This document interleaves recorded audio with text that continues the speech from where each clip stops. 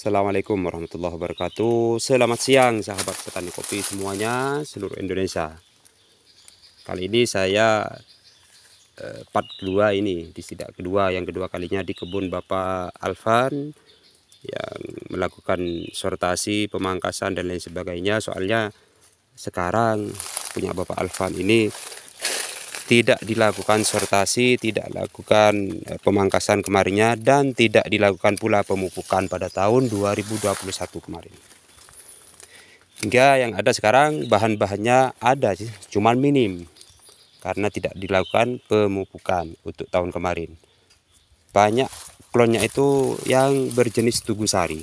Tugu Sari itu perawatan harus lebih ekstra, harus lebih banyak pupuk. Tidak sama dengan klon yang lain kalau mau stabil setiap tahunnya. Yang terjadi seperti ini. Kalau sekarang masih bagus ini punya Bapak Alvan. Cuma banyak bahan-bahan yang terlalu tumpang tindih, yang terlalu banyak bahan-bahan yang balik-balik seperti ini. Saya lakukan ini sebelum dilakukan sortasi, teman-teman. Bisa kita lihat ini buahnya yang ada. Bagus sih sebenarnya. Cuma yaitu karena kemarin-kemarinnya tidak pernah dilakukan sortasi yang sedetil mungkin hingga banyak bahan-bahan yang balik dan yang tumpang tindih. Bagi sahabat petani kopi, kita lakukan terlebih dahulu bahan-bahan yang sekiranya tumpang tindih dan sekiranya balik arah. Itu sumbunya. Bisa kita perhatikan teman-teman. Ini sumbu.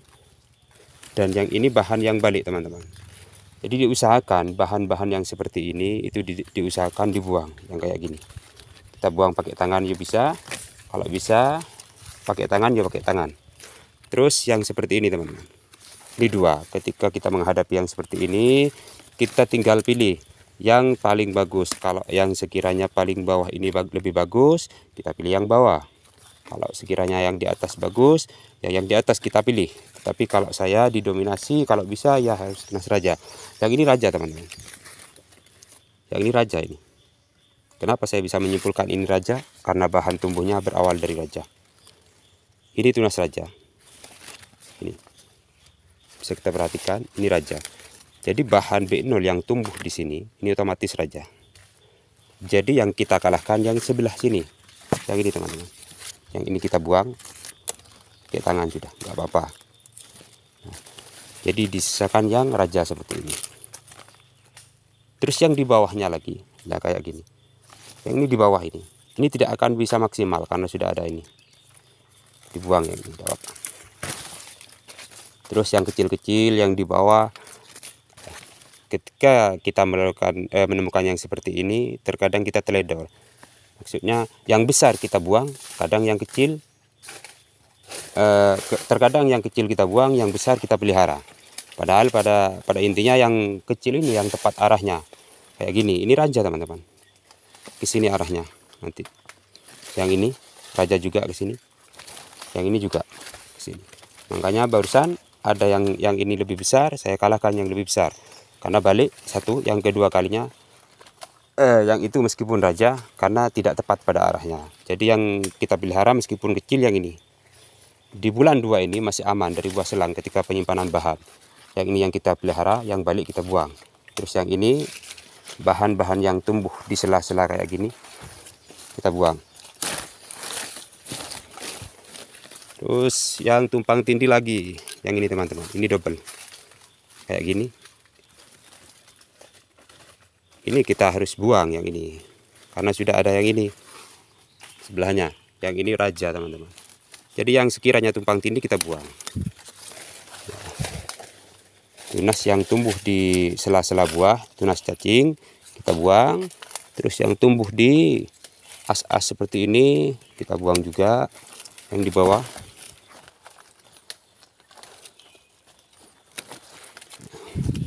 Kita harus kalem ini.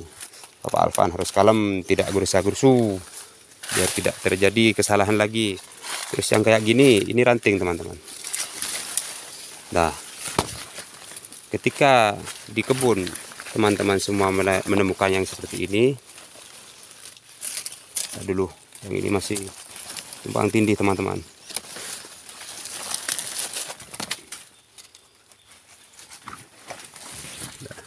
ketika menemukan hal yang seperti ini, yang ini ranting teman-teman, ini ranting bukan raja, ini ranting, kita buang ke semuanya. Ini ranting-ranting yang tumbuh di sini kita buang, karena ini tunas ranting. Yang itu tunas cacing, yang kita buang itu tunas cacing teman-teman. Terus yang ini sudah kayak gini, hampir kebentuk. Dan yang ini kita buang karena sudah ada yang ini. Yang ini raja, yang ini raja. Jadi meskipun yang ini raja juga, kita kalahkan yang ini, yang kecil. Kalau sudah ada yang besar tepat arahnya, yang kecil kita kalahkan. Kalau yang besar ini tidak tepat arahnya, ada yang kecil seperti ini, yang tepat arahnya, ya yang besar kita kalahkan. Kayak gitu cuma ketika melakukan sortasi bahan kayak gini teman-teman. Terus yang bahan yang tumbuh-tumbuh kecil-kecil kayak gini dibuang semua.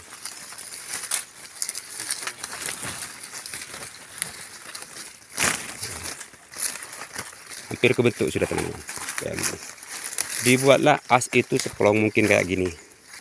Biar tidak rentan akan jamur. Biar tidak dibuat sarang semut lagi. Kalau punya Bapak Alvan ini sekarang ke depan tidak akan ada semut meskipun tidak disemprot. Karena secara sortasi seperti ini sudah. Kita buang. Ini lahannya ada di bawah pohon jati teman-teman. Tuh. Yang terjadi sudah seperti ini ketika sudah selesai dilakukan sortasi bahan. Berapa yang kita pelihara? Tidak usah menghitung bahan.